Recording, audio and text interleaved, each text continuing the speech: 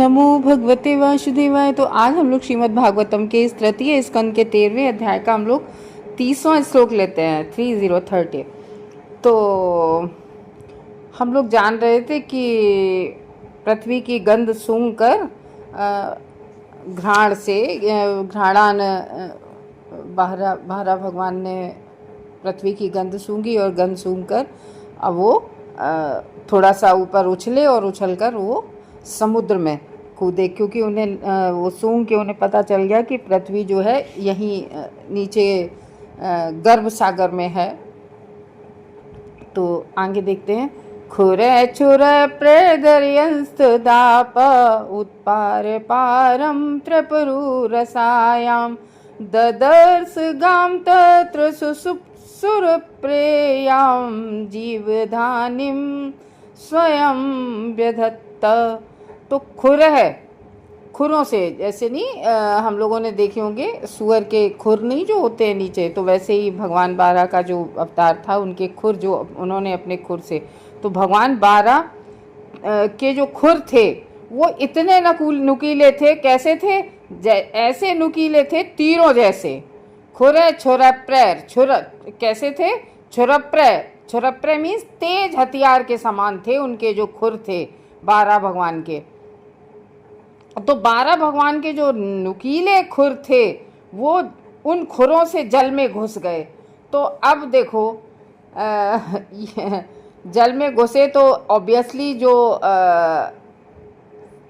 सागर होता है, समुद्र होता है, कोई भी हर जल देव उसके भी जल के भी देवता होते हैं। हम लोगों ने जाना था ना रामायण में कि भगवान ने कहा था कि तुम सूख जाओ, नहीं तो मैं बाण से सुखा दूंगा, नहीं तो रास्ता दे दो। तो ऐसे देव होते हैं हर जगह के। तो अब उनको जब वो खुर से घुसे होंगे तो वो नुकीले खुर लगे होंगे कि नहीं। और वो जब हम लोगों ने पिछले में पढ़ा था कि उन्होंने मतलब जैसे नहीं एक आक्रामकता से वो जंप कर किए थे समुद्र में, क्योंकि पृथ्वी उसी में चली गई थी। तो खुरे छुरप्रे, तो नुकीले छुरों से वो क्या हुए, उन्होंने उस जल में घुस गए जहां पृथ्वी की गंध आ रही थी और उन्होंने अथाह समुद्र की सीमा पा ली जो बहुत गहरा, लंबा चौड़ा गहरा था, डायमेंशन चारों में।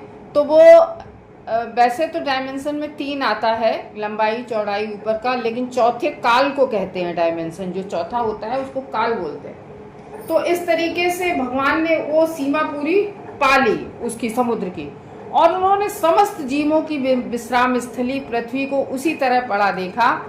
तो हम सभी जीवों की विश्राम स्थली क्या है? पृथ्वी है।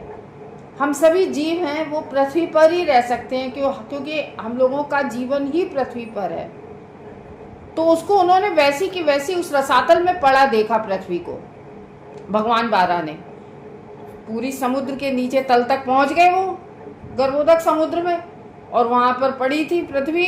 देखा जिस तरह से वह सृष्टि के प्रारंभ में थी, जिस तरह से सृष्टि के प्रारंभ में मीन्स जब सृष्टि नहीं होती है, जब प्रलय का समय होता है, तब भी सब चीज ऐसे ही समाप्त हो जाती है। और उस जो गर्भ सागर में गर्भोदक साई विष्णु जो लेटते हैं उनके उदर में, उदरस्थ हम लोगों ने इससे पहले पढ़ा था, उदरस्थ की भगवान अपने उदर में भी पृथ्वी को भी समाहित कर लेते हैं। यानी कि जितने भी ग्रह होते हैं, पृथ्वी या अन्य ग्रह जितने भी, जब प्रलय होती है तो जब प्रलय के समय में सारे ग्रह सब भगवान ही उनकी सबकी विश्राम स्थली है।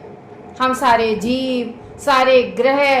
अब कभी कभी ये सोचने में आता है कि ओहो, भगवान इतने विशाल हैं कि सारे ग्रह, नक्षत्र, पूरा ब्रह्मांड ही उन्हीं में समाहित हो जाता है भगवान के उदर में। तो जैसा सृष्टि के प्रारंभ में थी, उन्होंने उसे स्वयं ऊपर उठा लिया। तो इस तरीके से, और हम लोगों ने सुना था ना कि भगवान बारह भगवान के बहुत नुकीले जो है वो दाढ़ें निकली थी आगे, ठीक है ना, आगे दाढ़ें निकली थी। क्यों? बहुत अच्छी बात है, पृथ्वी को स्पर्श हाथ से नहीं किया उन्होंने, अपनी दाढ़ पे वो आगे लंबे लंबे उनके वो दांत निकाल लिए उन्होंने उनके। और ये दांत ये अपने यहाँ जो घूमते हैं शुअर, इनके नहीं होते हैं, ये जंगली जो शुअर होते हैं भयानक बड़े वाले, तो उनके होते हैं। तो इस तरीके से रसायाम जो इसमें है ना, खुरे छुरे उत्पार पारम त्रिपुर रसायाम, रसायन, रसायन यानी कि वो रसायन किसको बोलते हैं, वो जल के भीतर जो पृथ्वी थी। तो इसका अर्थ है कभी कभी रसातल, यानी कि उस रसातल यानी कि उस जल की नीचे उसमें नीचे जल में सबसे नीचे पृथ्वी पड़ी थी। तो रसातल यानी कि निम्नतम, जैसे नहीं नीचे के लोक होते हैं, वो नीचे के लोग तो नीचे जल में होते हैं, अतल, बेतल, तल, तलातल, रसातल हम लोगों ने पढ़े हैं ना। सबसे नीचे होता है पाताल, वो क्या कहते हैं, हाँ। तो इस तरीके से जो नीचे के 7 लोग होते हैं इनको बोलते हैं निम्न लोग। जो ऊपर के 7 होते हैं उनको बोलते हैं उच्च लोग, जो हम लोग पढ़ चुके हैं, जन लोग, तप लोग, ब्रह्म लोग यानी कि सत्य लोग, ये सब ऊपर के लोग होते हैं। तो इस तरीके से जो नीचे के लोग होते हैं उन जो यानी कि तल, अतल, तलातल, बेतल, ये सीक्वेंस से हम आपको बता रहे हैं, रसातल, और फिर लास्ट में सबसे नीचे होता है पाताल। तो इनकी अपेक्षा 7 गुनी जो है श्रेष्ठ होती है पृथ्वी। अतः पृथ्वी रसातल लोक में स्थित नहीं हो सकती है। तो जो विष्णु धर्म है उसमें वर्णन है, उसमें एक श्लोक है विष्णु धर्म पुस्तक में, पाताल मूलेश्वर भोग संहतो विन्यस्य पादो पृथ्वीं च बिभ्रता यस्योपमानो न बभूव सोच्युतो ममास्तु मांगल्य विक्रदये हरि। बहुत अच्छी बात है, ये जो भगवान का नाम हरि है, हम लोग जो हरे कृष्ण महामंत्र में भी हरे कहते हैं, सारे पापों को हरने वाले भगवान हैं, इसलिए उनका नाम हरि पड़ा है, सब कुछ हर लेते हैं। तो इस तरीके से इस श्लोक का मतलब है कि श्री भगवान ने पृथ्वी को गर्भोदक सागर के दल में पाया, नीचे गर्भोदक सागर के बिल्कुल तल में नीचे पड़ी थी, यानी कि जो हम लोगों ने नहीं पढ़ा तल, बितल, तलातल, रसातल, तो नीचे तल में पड़ी थी, जहां ब्रह्मा के दिन की समाप्ति पर प्रलय के समय सारे ग्रह विश्राम करते हैं। तो यहाँ ब्रह्मा के दिन की जो हम लोगों ने पढ़ा 2 तरह की प्रलय होती है। एक तो वो प्रलय होती है जो ब्रह्मा जी का एक दिन समाप्त होता है, और एक दिन भी ब्रह्मा जी का कितना लंबा होता है, 10,000 चतुर्युग बीत जाते हैं तब कहीं एक दिन, और फिर इतनी लंबी रात होती है। तो जब इतना दिन और रात यानी कि समाप्त हो जाता है, तो ब्रह्मा जी का जब दिन खत्म होता है तब वो रात्रि होती है, तब वो प्रलय आती है। उस प्रलय में ऐसा होता है वो कि ब्रह्मा के दिन की समाप्ति, जब दिन की समाप्ति होती है उस प्रलय में सारे ग्रह जो है वो भगवान के उसमें विश्राम करते हैं, भगवान के उदर में, उदरस्थ में। तो इस तरीके से उसमें विष्णु गर्भ में लिखा है कि भगवान विष्णु के उदर में ये सारे ग्रह विश्राम करते हैं। तो पृथ्वी उसी तरीके से पड़ी थी जैसे कि ब्रह्मा का, जब ब्रह्मा के एक दिन की प्रलय होती है तब वहाँ पर सब स्थित रहता है। तो इस तरीके से हम लोगों ने जाना भगवान श्री हरि जो है वो कितने महान है भगवान।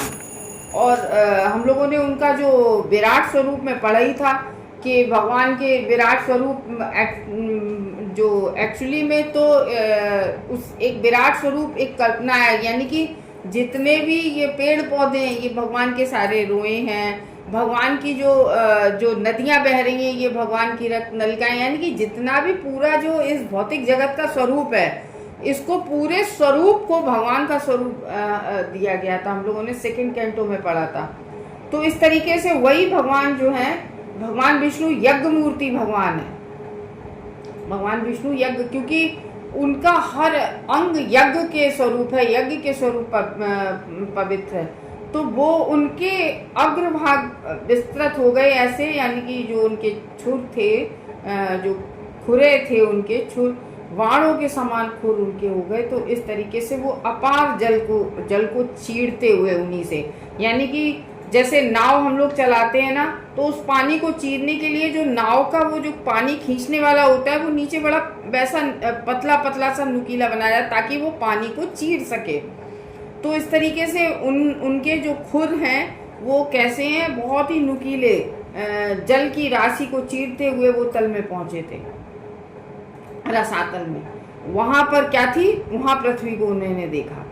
तो प्रलय काल में पृथ्वी को जैसे भगवान अपने पेट में धारण कर लेते हैं और भी ग्रह भी जाते हैं, तो इस तरीके से कह रहे हैं कि भगवान श्री हरि ने पृथ्वी माता का उद्धार किया।